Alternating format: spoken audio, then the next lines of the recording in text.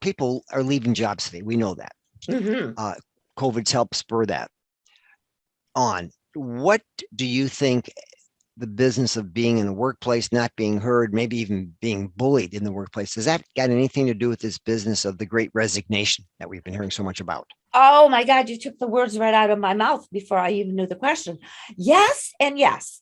The one thing you didn't mention, which I will say, and then I'm going to go to what you did say. Mhm. Number one, I hear people saying it's because they have a lousy boss Okay. and they would rather not work Hmm. there, even though there are a lot of perks, but having a good job with a good boss is more important to them.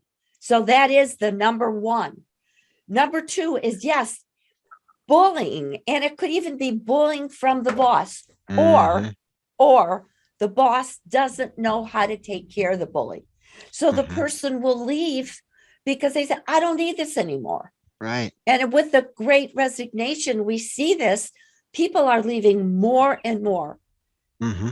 And Let me ask you this, Joyce. When we say the word bullying, now that's a pretty strong word. What does that mean? How does that translate in the workplace today? What kind of forms does it take? well, first of all, bullying, and I'm going to tell you right now, it's a form of violence.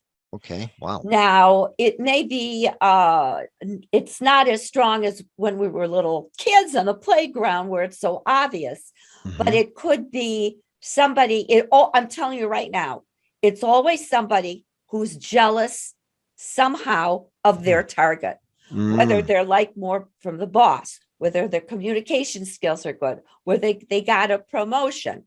And that bully, who's really a child dressed up like an adult, will do what they can. That's why I say it's a form of violence. It may not be pushing them, but it is going to be um, making it their target's job horrendous, stealing ideas from them, talking behind their back and making people think that, oh, that target of the bully is the loser.